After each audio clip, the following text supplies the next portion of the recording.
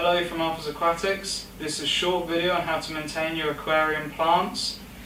So, just before we get into it, I'd like to give you another kind of weird tip that I picked up from a cichlid breeder. I can't quite remember his name, but he says to get used to the smell of your tank. So each day maybe when you feed or each time you do your maintenance, say once a week, just give your tank a little bit of a whiff, and eventually you might be able to pick up, say, when there's been an ammonia spike or something's dying or decaying in your tank, you might be able to pick up a certain smell.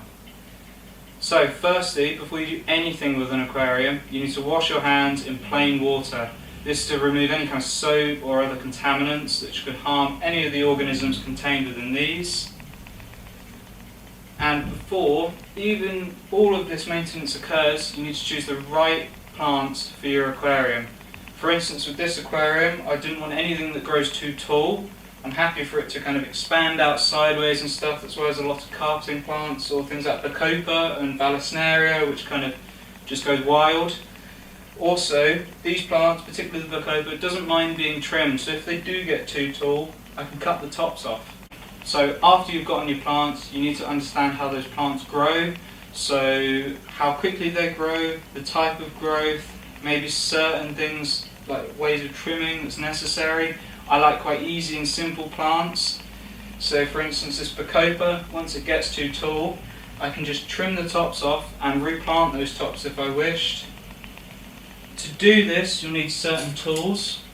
These tools tend to come quite cheap. They're generally called aquascaping tools, a pair of long tweezers, and these curved scissors are particularly useful for trimming your plants. Another little tool that I like is this small wire fabric brush, and this can be used to just knock the plants, which generally shakes algae off, and if not, you can scrub the leaf or whatever the type of plant is to get it clean. Then plants need food or nutrients. I like to use Flourish by Seachem. It's a kind of all-round general fertilizer, so it's got all the things plants will need. Other people, or if you go to more complex plants, you'll need to introduce a CO2 system. I'm not going to cover that today. The next thing is adequate lighting for your plants. Also, you need to control the amount of time that light is on. A timer is very useful, and the spectrum of light produced by this light is something that's very key to success with aquarium plants. If I show you, so this particular light, very long, but as you can see there's those kind of different coloured LEDs across the top, and that provides it with a full spectrum of blue, red and green and white light, which plants will thrive off of.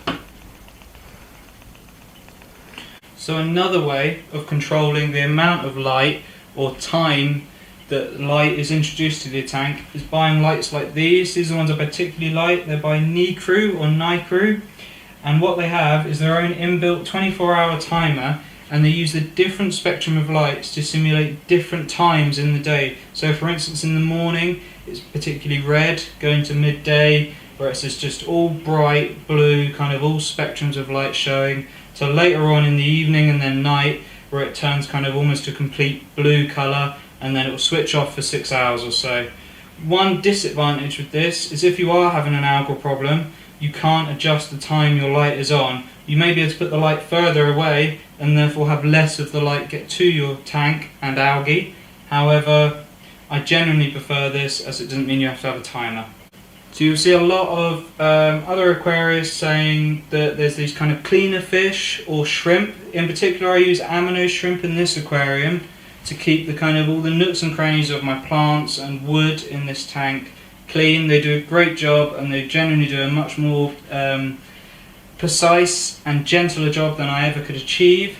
However, the misconception is that it's saving you work. It may save you time in that you're not having to go through the ornaments or plants in your tank meticulously cleaning algae. However, that algae that they're eating or moving around your tank, they are converting into poo, which is way more harmful to your tank than the algae. The algae is a response to the excess nutrient in your tank, and therefore it's taking away the harmful nitrate, nitrite or ammonia that's built up and turning it into the algae cells. Once you've taken that away, or a shrimp or cleaner fish has eaten that and converted it to poo, you've then got that same problem again. But obviously, in my opinion, it's then much easier to remove. So this is a 5-gallon tank. I particularly like it. It's got Monte Carlo and Anubis, and one of my favourite plants, Ludwigia repens, at the back and a little bit at the front here. It's got this really nice pinky green colour. The plant I do want to talk about though is this floater plant on top, and it's called Salvinia, and that's the group of this particular species. You get a few types. A few of the types of this species are incredibly bad invasives. And what that means is a species that introduced to an environment it didn't initially come from, and it usually has deleterious effects, either outcompeting species that are already there.